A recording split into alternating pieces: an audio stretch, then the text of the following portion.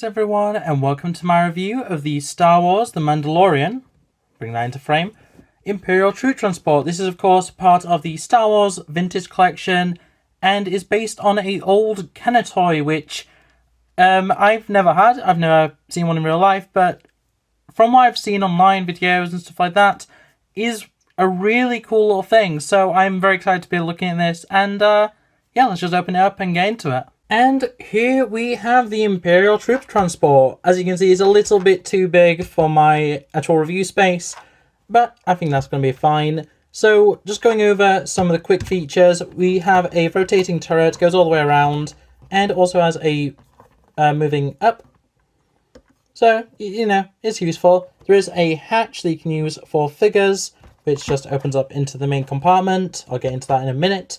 You also have opening doors, one at either side, which quickly just turning it around. It's the exact same on both sides. Everything is mirrored, so anything that I go over that's movement, if I only go over with it for one side, it is also there on the other. So we do have a opening cockpit, which opens up to reveal a small control pad and joystick, as well as some interior details which are very nicely designed. There's a sticker there, but there's a lot of wash on the actual, you know, design to it. I've got another sticker there, as I say, everything is mirrored. And yeah, you can move this around to allow for figures to fit in a bit easier, which I will show what that looks like towards the end of the review.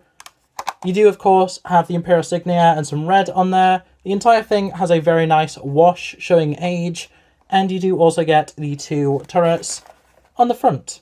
As I say, some of the battle damage is a little bit different side to side, but generally, like the main markings, like the Imperial insignia, are mirrored completely.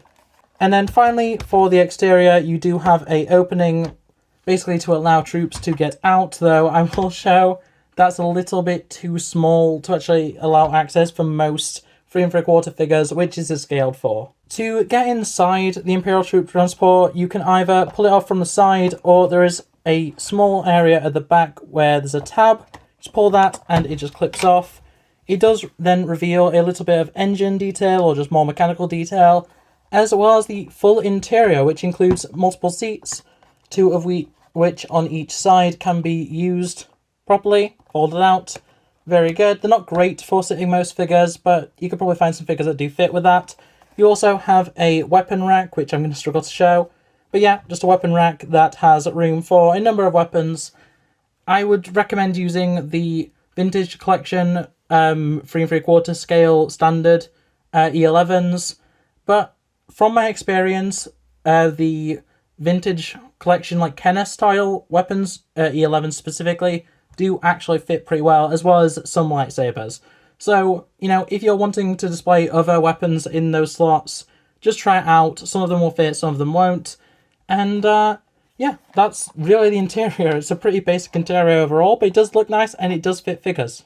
To show comparable size, I do have a Black Series Sand Trooper, or I guess it's a Beach Trooper actually from Rogue One, and then a classic Kenner style Stormtrooper.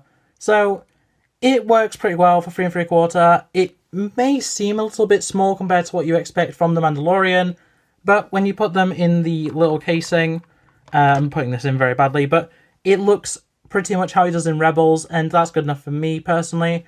And otherwise, you can't actually fit all figures like this one, obviously, just because of the posability.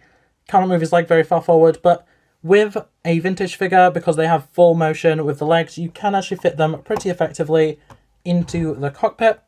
So what I do is I move it forward slightly, get the arm that I want for the control stick out, and then just move him into place. Then move the panel back over the legs, and I've messed this up because I didn't put the legs properly in. It's a bit of a process. It's not the easiest thing to do, but it does look good once you've actually got it. And then there you go. You have a Stormtrooper driving. You can then close it, and as long as you've packed it properly, you can see. I'm going to try and move the light so you can actually see that properly. I don't think I'm going to be able to do that. Yeah, but you can see the Stormtrooper in there. They're able to see all the way through the front, and overall fits really well. As I say, with those seats on the inside, they're not ideal for seating a character, and as I say, I only really have this guy, which doesn't really sit very well. In fact, give me a second, I'll find a figure to actually fit in properly. Okay, so I've just grabbed a 3 3/4 Iron Man that does actually have full posability of the legs, and